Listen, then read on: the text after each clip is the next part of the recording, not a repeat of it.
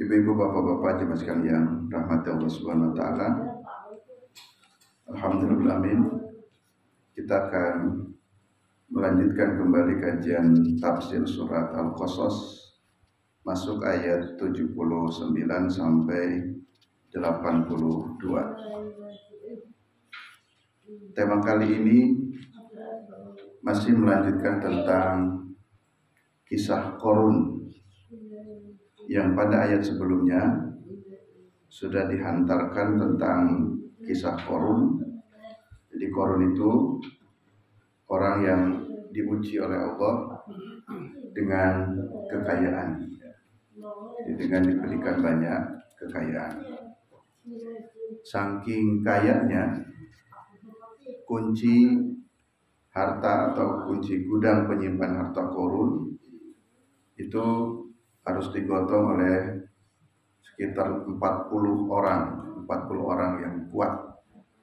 Jadi kalau gotong kunci oleh 40 orang, kira-kira kuncinya sebesar tiang listrik mungkin ya.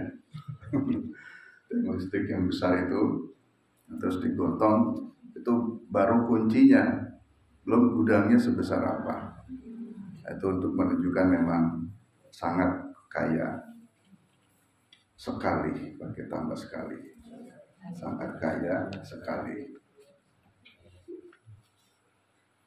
Nah, kita lanjutkan di dalam ayat 79. Fakharaja ala qaumihi fi zinatihi. Qarun keluar atas kaumnya fi zinatihi, dengan kekayaannya, dengan kemegahannya. Ayat maksudnya fakharaja Qarun yauman ala qaumihi fi zinatin adimatin atajamalin bakhirin min maraqibin wa malabisin alaihi because dita'alin nas. Jadi Qarun itu satu kesempatan mungkin saum. Jadi arak-arakan membawa semua harta bendanya. Fakharaja ala. Kalau melihat susunan bahasa Arab, di sini ada kata kharaja, itu keluar, ala itu atas. Jadi namanya atas itu sudah menunjukkan kesombongan. Jadi kharaja ala, keluar atas kaumnya. Jadi ala qaumin, di atas kaumnya. Jadi untuk menunjukkan kesombongan. Dan dibawa semua fi zinatihi, harta bendanya. Fi zinatihi adimatin, jadi kemegahan yang besar itu dibawa semuanya, baik dari maraqib wa malabis, kendaraannya, pakaiannya. Mungkin kalau sekarang punya mobil, mobilnya semuanya dikeluarkan, ya Mercy, ya macam-macam. Kemudian pakaiannya. Jadi sengaja because dita'ali ala nasi, yang bermaksud untuk meninggikan di atas manusia. Jadi meninggikan itu maksudnya untuk menyombongkan dirinya pada manusia.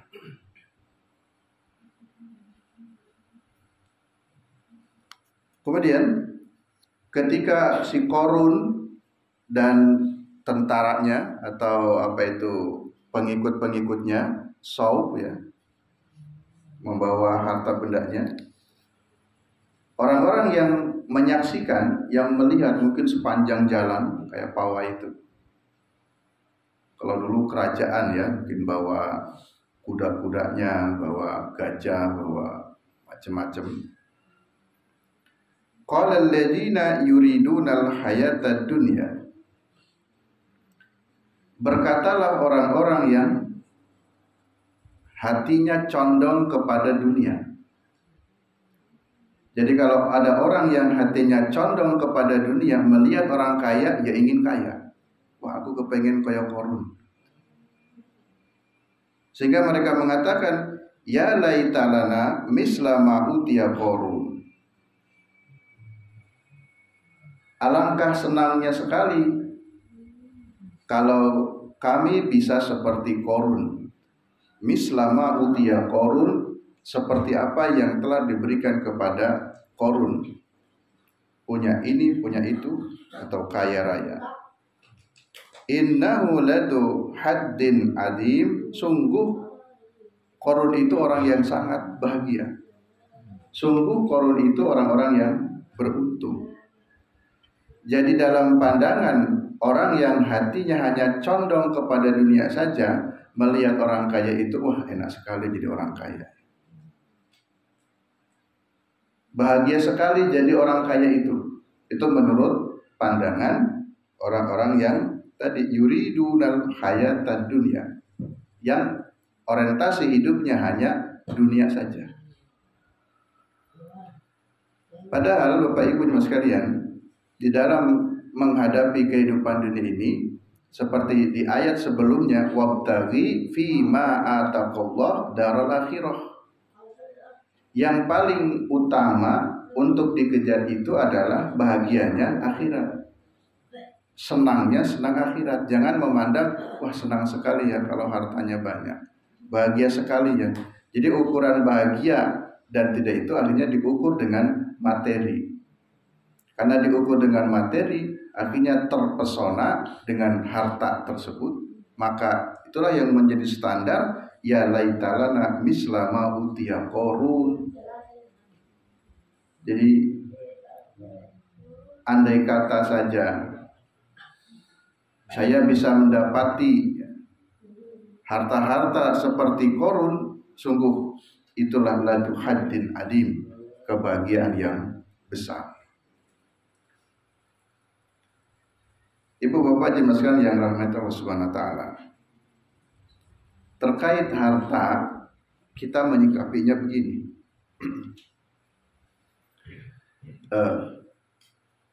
Kita itu boleh iri, dalam hadis Nabi kan ada, boleh iri kepada orang kaya dan boleh iri kepada orang yang pandai atau yang pintar, kaya dengan harta bendanya, tetapi irinya dalam pengertian yang positif.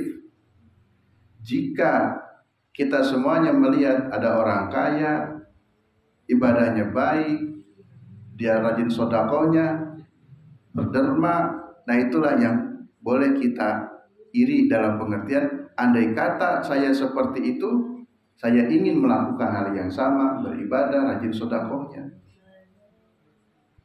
Jadi ada upaya ingin melakukan hal yang positifnya. Tapi yang dimaksud dalam ayat ini, orang-orang yang hanya yuriduna hayata dunia, hanya condong dunia saja. Qarun kan bukan orang yang ibadah.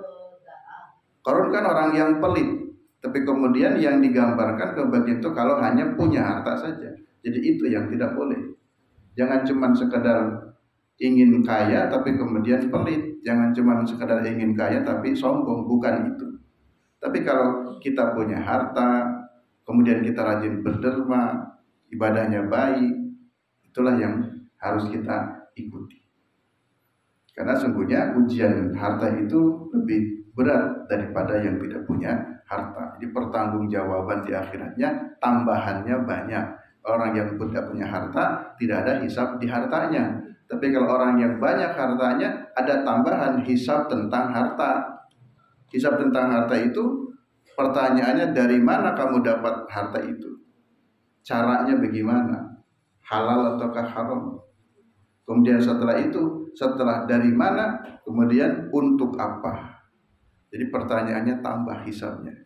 Sehingga di sini kita berhati-hati ketika diuji dengan harta.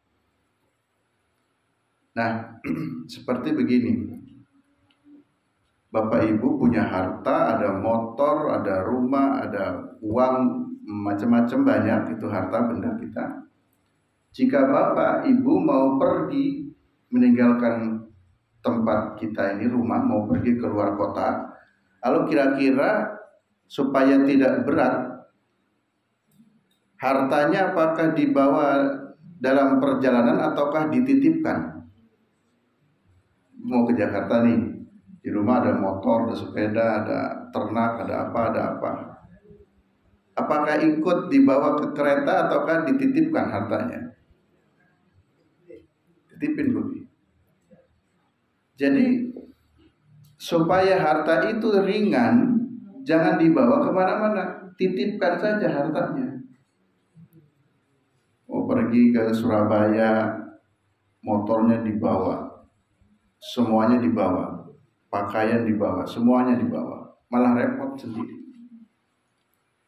Jadi supaya ringan perjalanan menuju Surabaya, supaya ringan perjalanan menuju Jakarta, maka harta itu biarkan, nggak usah dibawa-bawa, titipkan saja supaya ringan perjalanannya. Demikian pula kita ini akan menuju perjalanan akhirat itu. Kita itu akan berjalan menuju perjalanan akhirat.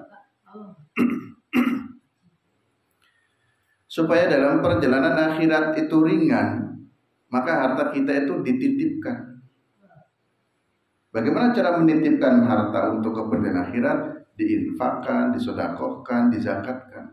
Jadi kalau harta itu didiamkan saja seperti korun, tidak diinfakkan, tidak sedekahkan, tidak dizakati, itu malah jadi berat.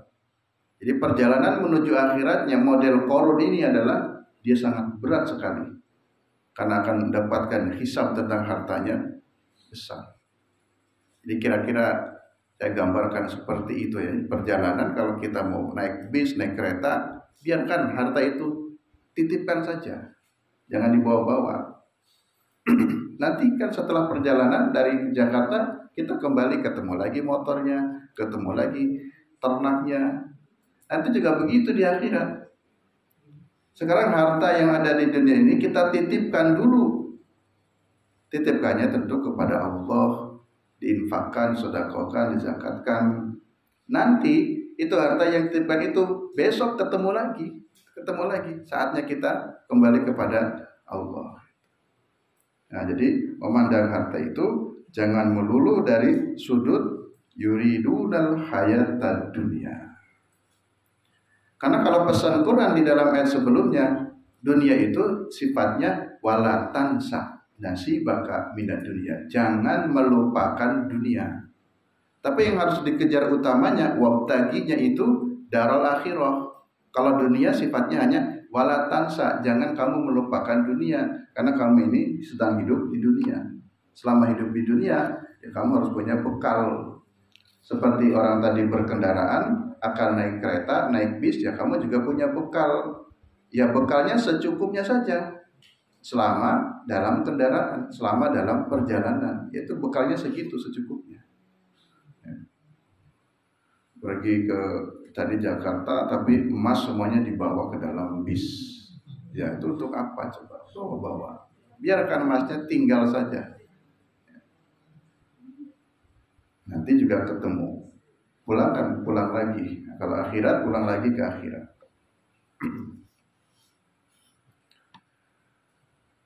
Wahum al-juharu alladzina yuriduna al-hayata dunya. Nah, sini kata mufasir Dr. Bazulullah menyebutkan mereka itu adalah orang-orang yang bodoh. Orang-orang yang bodoh itu artinya yuridunal hayatad dunya. Dia cuma hanya ingin kehidupan dunianya saja. Kalau bicara ingin tentu semuanya ingin ya. Kalau suruh milih ingin rumah yang reot apa ingin rumah yang bagus, tentu ingin rumah yang bagus. Ingin punya kendaraan atau tidak, tentu semua orang akan milih ingin punya kendaraan. Tapi maksud di sini orang-orang yang bodoh itu mereka hanya yuridunal hayatad dunya, orientasinya hanya untuk dunia melulu. Ya. Jadi kita tidak menyalahkan orang yang punya harta kekayaan, enggak. Karena seperti yang pernah saya jelaskan, ya, Abdurrahman bin Auf pun orang yang kaya raya, tapi dengan kekayaannya menghantarkan Abdurrahman bin Auf ke surga. Kalau yang itu, yang seperti itu baru boleh. Cuman di sini Al-Quran sedang menggambarkan orang-orang terpesona dengan kekayaan Qarun, sehingga si orang-orang itu alladzina itu yang yuridunal hayatad dunya berandai-andai ya laitalana misla ma'utiya Qarun. enak sekali kalau hidup saya seperti Qarun, harta melimpah ruah. Nah, gitu. Wa yamiluna ila zakhrafaha wa zaitaha. Orang-orang yang bodoh tadi hanya orientasinya dunia, condong hanya untuk kemegahan saja. Fayatamannau an law kana lahum misla ma utiya. Jadi mereka hanya berangan-angan ingin seperti itu, sehingga mereka berkata, ya laitalana minal amwal was sarwat wal awda ma liqarun. Alangkah enaknya, ingin sekali, semoga kami pun memiliki minal amwal, harta-harta benda, was sarwat, dan kekayaan, wal awda, dan kedudukan. Wal awda, dan kedudukan seperti apa yang dimiliki oleh Qarun. Dan memang prakteknya di dunia ini istilahnya yang penting punya uang, segalanya bisa dibeli. Mau jadi gubernur, jadi bupati, jadi presiden pun mudah, yang penting punya uang. Jadi kontestasi pilpres bisa dibeli, siapa yang harus dimenangkan itu sangat mudah. Jadi dalam prakteknya memang begitu.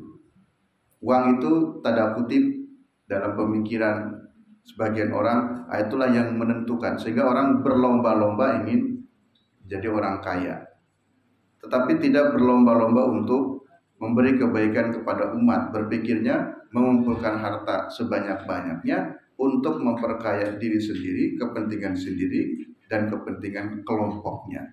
Jadi bukan berpikirnya untuk tadi kepentingan umat ini. Itu yang salahnya di situ. Kemudian, jadi umat saat itu ada dua kelompok ya. Kelompok yang pertama melihat harta Qarun itu kelompok orang-orang yang tertarik ingin seperti Qarun. Nah, ada kelompok yang kedua. Kelompok yang kedua itu pada ayat ke-80. Wa qala alladziina utul ilma. Nah, kalau orang-orang yang berilmu komentarnya beda. Jadi kalau orang-orang yang berilmu itu komentarnya berbeda. Ketika melihat sebagian orang satu kelompok yang berkata ingin sekali seperti Qarun, justru orang-orang yang berilmu berkatanya wailakum, celakalah kalian. Wailakum, celakalah kalian. Jadi komentarnya berbeda. Kenapa kagum dengan harta Qarun? Kenapa orang-orang itu terkagum-kagum dengan Qarun? Celakalah kalian yang hatinya terkagum-kagum dengan Qarun. Padahal sawabullahi khairun liman amana wa amila shalihan. Sawabullah, pahala Allah atau keutamaan, kemuliaan dari Allah itu lebih baik daripada harta milik Qarun itu. Lebih baik bagi liman amana, orang-orang yang beriman, wa amila shalihan, dan orang-orang yang beramal soleh. Jadi ukuran bahagia itu yang hakiki ukurannya adalah Allah. Kepentingannya kepentingan Allah. Sehingga komentar orang-orang yang berilmu, celakalah. Celaka orang-orang yang hanya ingin kehidupan dunia seperti Qarun. Dan saya singgung kemarin, Qarun itu sesungguhnya nama orang ya, seseorang dari kalangan Bani Israel, dan itu termasuk dari familinya Nabi Musa. Karena Qarun memiliki harta yang melimpah ruah, akhirnya orang pun menjadikan simbol bahwa korun itu adalah simbol harta, sehingga mencari harta korun. Jadi orang berlomba-lomba mendapatkan harta karun, itu disebutkan si korun. Wala yulaqaha illa sabirun, yang itu tidak bisa diperoleh pahala Allah itu. Pahala dari Allah itu tidak akan bisa didapati kecuali oleh orang-orang yang sabar. Jadi oleh orang-orang yang sabar.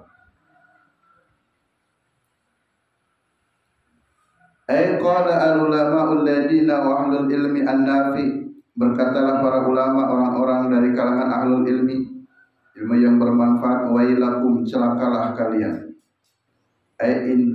Injizaru, celakalah kalian. Sesungguhnya fa inna jazaallahi wa masubatuhu li ibadihil mu'min as-salihin fid dari wal akhirah khairun mimma tarawna wa ma tatamannawna. Ketahuilah bahwa balasan Allah bagi hamba-hamba yang mukmin, hamba-hamba yang beramal soleh, nanti fidaril akhirah, di negeri akhirat itu khairun, lebih baik dibandingkan mimma tarawna, dari apa yang mereka persepsikan, wa ma tatamannawna, dan dari apa yang mereka angan-angankan. Ya. Kalau diperbandingkan, ya lebih baik kita ini kaya di surga saja daripada kaya di dunia tapi kemudian nanti celaka, kira-kira begitu. Karena orang-orang mempersepsikan mimma tarawna wa ma tatamannawun, mempersepsikan dan mereka menginginkan seperti korun, itulah kebahagiaan yang hakiki. Padahal bagi orang-orang yang berilmu, orang-orang yang tahu, tidak begitu. Justru fa inna jazaallahi wa masubatul ibadil mu'min as-salihina khairun mimma tarawna. Justru kebahagiaan akhirat itulah lebih baik daripada yang mereka persepsikan. Kebahagiaan yang baik itu yang di dunia. Itu semuanya tidak akan bisa didapati kecuali oleh 3 golongan. Ada 3 golongan yang bisa memperoleh kebahagiaan akhirat. Yang pertama, as-sabirun, orang-orang yang sabar. Yang ini langsung disebut dalam Al-Quran, wala yulaqaha illa sabirun. Mereka tidak akan mendapati kebahagiaan itu kecuali orang-orang yang bersabar. Apa yang dimaksud sabar? As-sabiruna 'ala ta'ati wa 'anil ma'asi. Sabar di dalam ketaatan dan sabar dari kemaksiatan. Jadi dalam taat pun harus sabar. Dalam meninggalkan maksiat pun harus sabar. Jadi kuncinya sabar kalau ingin mendapatkan kebahagiaan akhirat. Orang yang diuji dengan kekayaan harus sabar dengan ujian ini dan berhati-hati dengan ujiannya. Orang yang diuji dengan kemiskinan pun juga harus sabar. Sehingga kesabaran itulah yang mengantarkan kebahagiaan yang sebenarnya.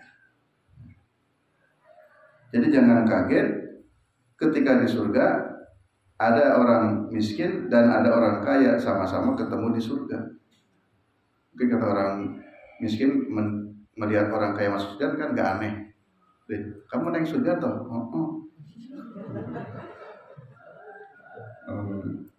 Oh iya, orang kaya ini pasti sodakonya paling banyak, dan seterusnya. Mesti masuk surga. Nah, yang aneh ini orang kaya melihat orang miskin lah.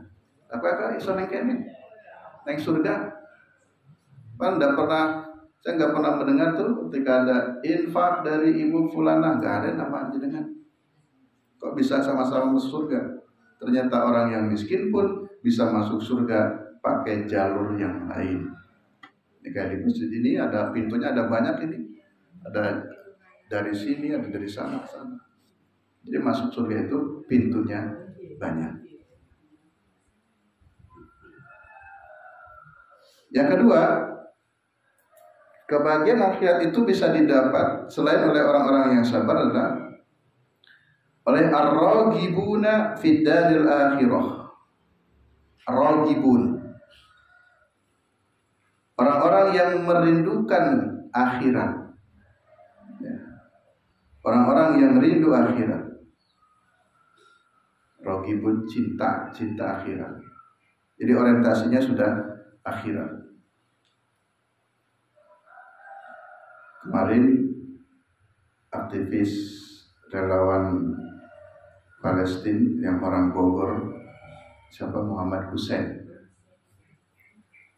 Muhammad Hussein kan tinggal di Palestina cukup lama sampai dia menikah dengan asli orang Palestina. Dia punya anak 2.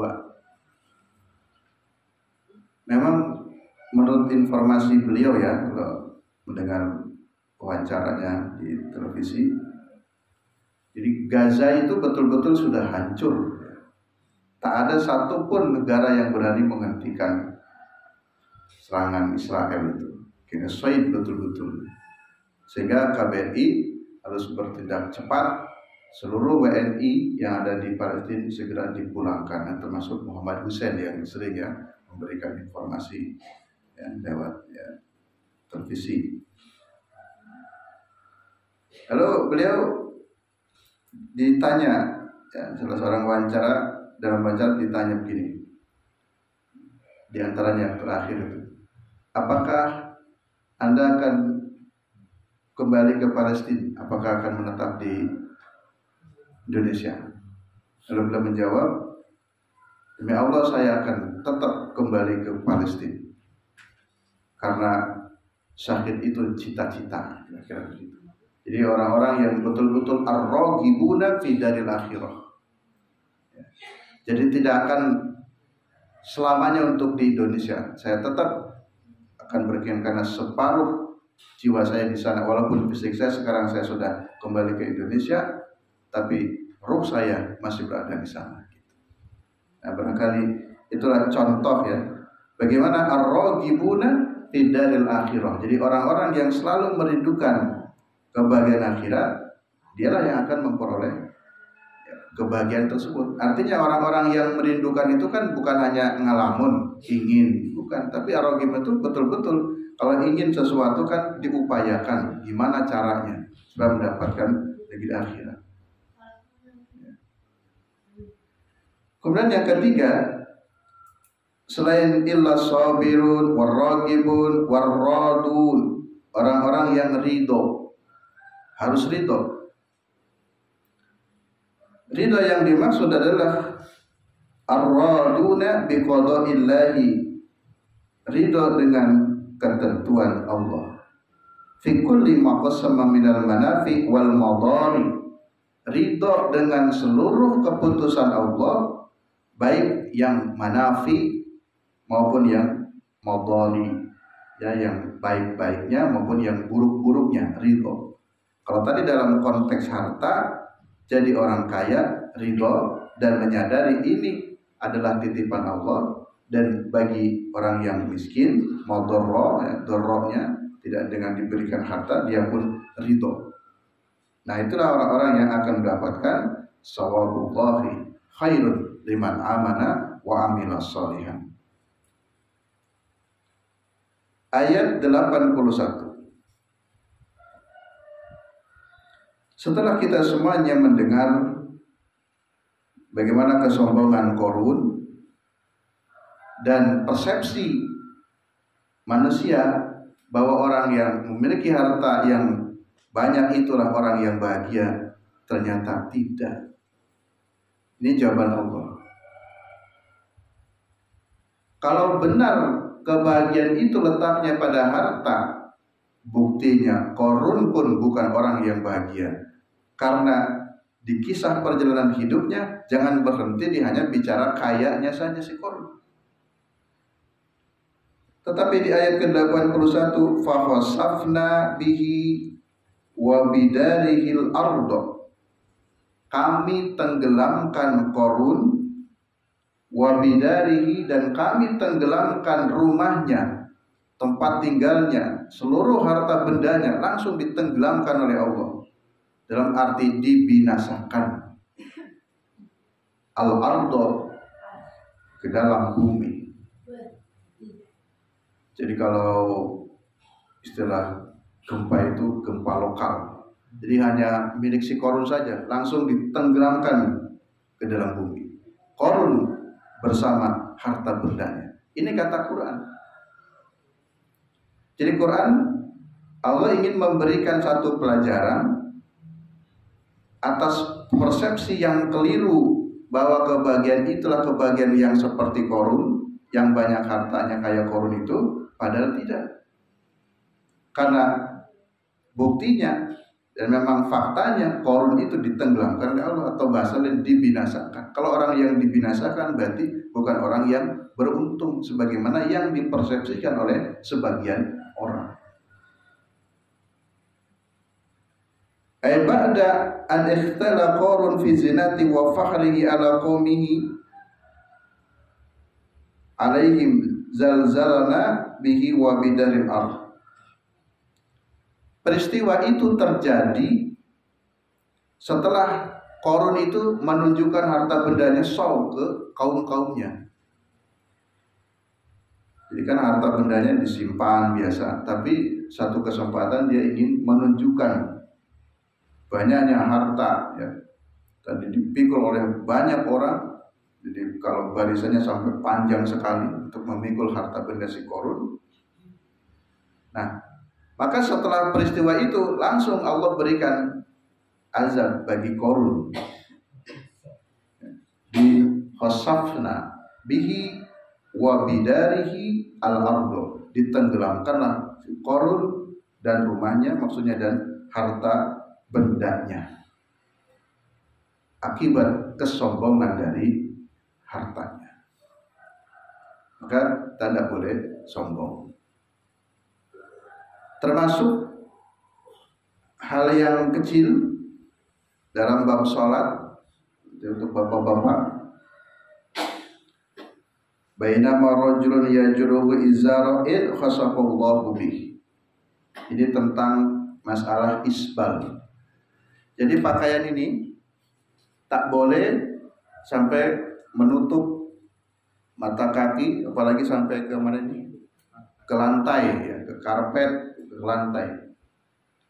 Itu disebutkan sombong. Supaya tidak sombong, maka naikkan, ya, apa itu, celana atau naikkan sarung di atas mata kaki, jangan menutup. Karena memang pada waktu dulu orang-orang kaya itu ingin menampakkan kesombongannya. Jadi kalau pakaian pun pakaian yang menjulur. Nah, termasuk ibu-ibu, mohon maaf, dalam kajian bab itu kalau mantenan, ya. Mantenan itu, manten perempuan kan gaunnya panjang sekali, ya, sampai panjang lalu kemudian sampai digotong. Nah, itu berlebih-lebihan. Itulah model Qarun gitu. Dia ingin menampakkan kemegahannya, ingin menampakkan kekayaannya. Harusnya tidak usah seperti itu.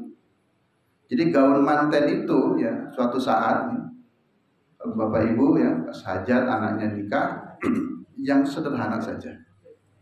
Karena ada gaun yang panjang, Pak, ya, yang panjang sampai digotong oleh beberapa orang ke belakangnya. Itu yang seperti itu. Walaupun dia tidak bermaksud sombong, tapi itu seperti orang yang sombong sebagaimana pada Qarun itu. Jadi tujuannya apa coba pakaian yang berpanjang-panjang? Kalau bukan untuk menunjukkan, wah, megah, wah, pakaiannya luar biasa, mahal sekali, ada yang bisa begini dan begitu umpamanya. Tapi kalau terkait dalam tadi bab sholat, istilah isbal, memang ulama juga berbeda pendapat, ya. Jadi yang dilarang itu jika ada unsur kesombongan. Tapi kalau tidak sombong, ya tidak mengapa, asal pastikan saja pakaian kita tidak menyentuh najis. Ya kita maknanya kalau pakaiannya sarungnya sampai ke lantai itu kan mungkin ada najisnya, tak sadar tak terasa. Nah itu jadi masuk ke dalam istilah sombong. Salah satu hadis tentang bapak tadi, isbal itu dilarang nak sombong. Tapi Abu Bakar sendiri itu berpakaiannya menjulur, ya, melebihi dari mata kaki. Kata Abu Bakar, apakah aku termasuk yang ini, larangan ini ya Rasul? Kata Nabi, engkau tidak termasuk yang itu. Jadi maksudnya yang sombong. Kalau letaknya pada sombong, sesungguhnya dalam banyak hal pun ya kita tidak boleh sombong. Orang yang menaikkan pakaiannya atau disebut dengan apa itu? Katok cingkrang. Congkrang ya. Katok congkrang. Congklang ya? Congklang. Nah, itu kalau seperti itu juga bermaksud sombong. Seperti saya nih yang sunnah. Kasihan ya orang-orang nggak paham sunnah. Jadi dia muncul kesombongan, akulah yang paling nyunah. Itu juga muncul kesombongan. Jadi bukan ukuran pakaian di atas atau di bawah, tapi hati-hati juga dari segi unsur kesombongannya. Fama kana lahu min fi'atin yansurunahu min dunillah wa ma kana minal muntasirin. Fama kana lahu min fi'atin yansurunahu. Tidak ada satu orang pun, satu kelompok pun yang bisa menolong Qarun saat ditenggelamkan itu. Jadi kalau sudah dibinasakan oleh Allah, tak ada satu pun yang bisa menyelamatkan Qarun. Min dunillahi, selain Allah. Wa ma kana minal muntasirin, dan di antara mereka pun tidaklah ada yang bisa membela dirinya sendiri. Itulah jawaban Allah atas persepsi sebagian orang, kebahagiaan itu letaknya dari harta. Kalau Allah sudah membinasakan, harta yang banyak pun tidak bisa menolong kita sendiri.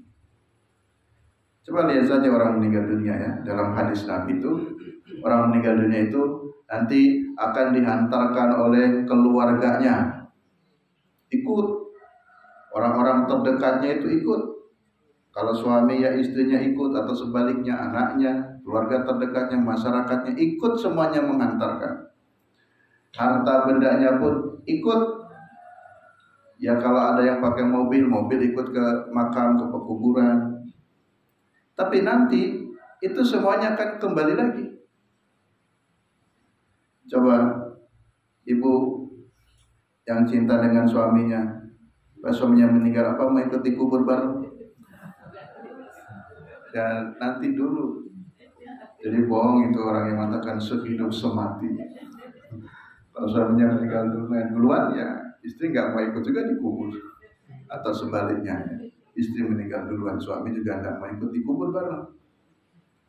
Ya, jadi itu yang suka gombal, sehidup semati. Aku akan siap sehidup semati. Dikubur bareng mau? Enggak juga.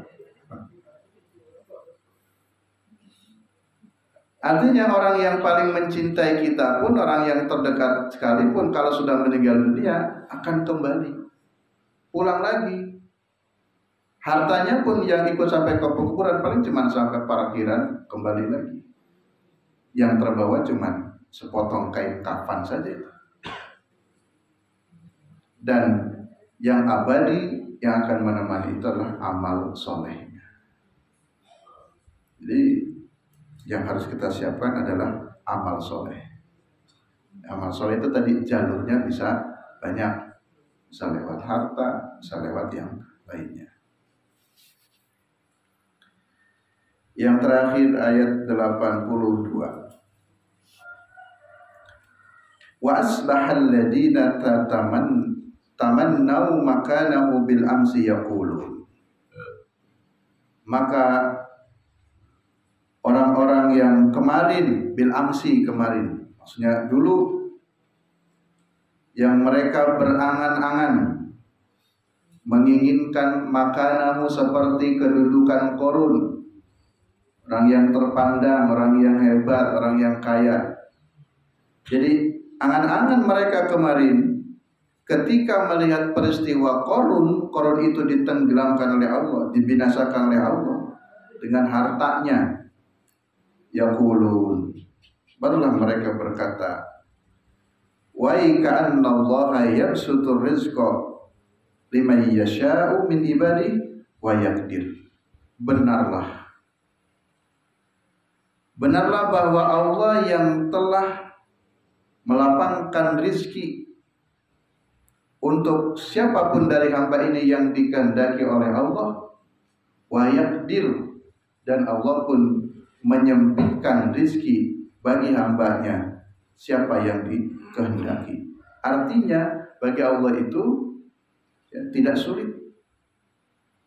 Menjadikan orang itu tiba-tiba kaya mudah bagi Allah, dan menjadikan tiba-tiba miskin mudah bagi Allah. Inilah yang harus disadari, bahwa jangan melihat makanamu, kedudukan Qarun.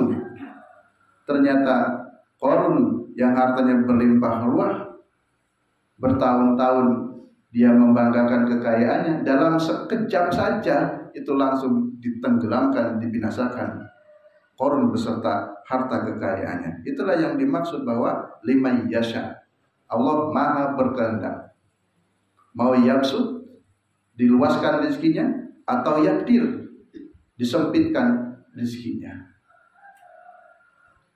Sehingga dengan melihat peristiwa Qarun ditenggelamkan itu, tujuannya supaya dunia itu bukan ukuran yang sebenarnya, bukan ukuran bahagia yang sebenarnya.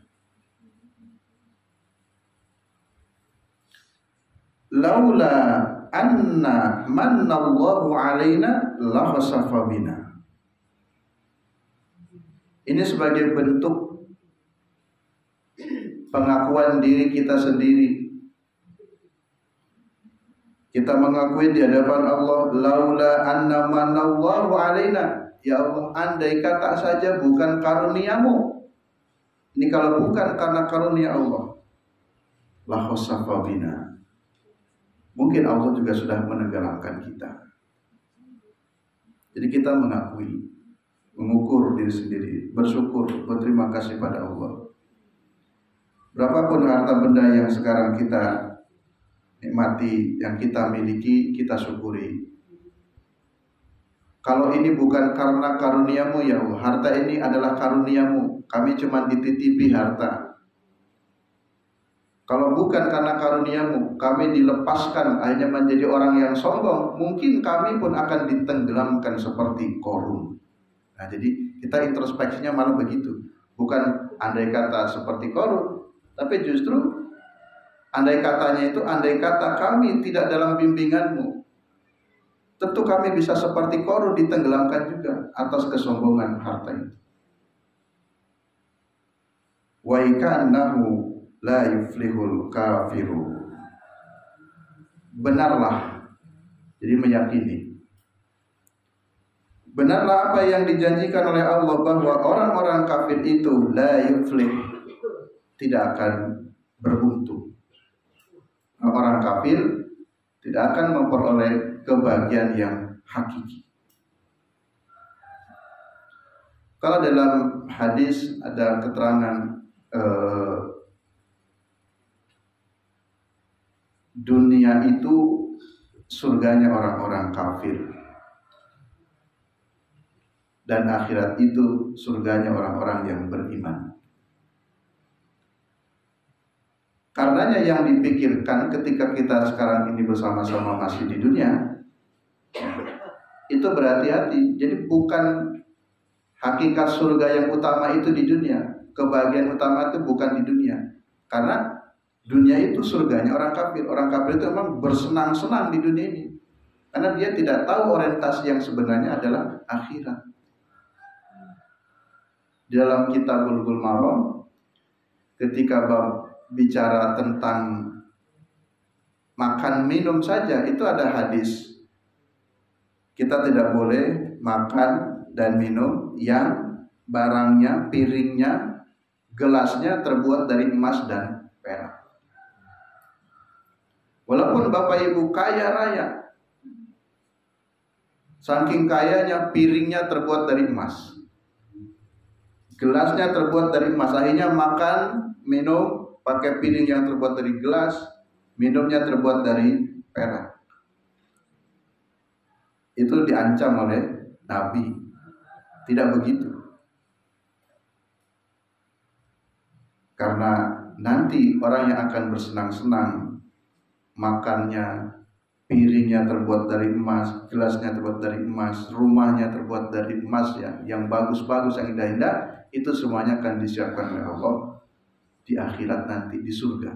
Jadi di dunia ini bukan bersenang-senang sampai makan minum sendoknya pun semuanya terbuat dari emas. Tidak harus begitu. Karena kalau emasnya sebesar piring itu berapa gram ya? Kalau ada orang yang sampai kayanya makan dari piringnya terbuat dari emas. Lalu kemudian dia lupa, di dalam emas itu ada zakatnya. Ada zakatnya. Yang emas 5 gram saja terkena zakat. Itu dia lupa, dia asik bersantai dengan kemegahan emas dan peraknya, tapi lupa tidak dizakati, malah jadi ancaman. Tapi nanti dijanjikan memang kalau masuk surga itu akan berlimpah ya, emas peraknya, dan seluruh kebahagiaan dinampakkan di akhirat nanti. Demikian kajian kita pada kesempatan pagi ini.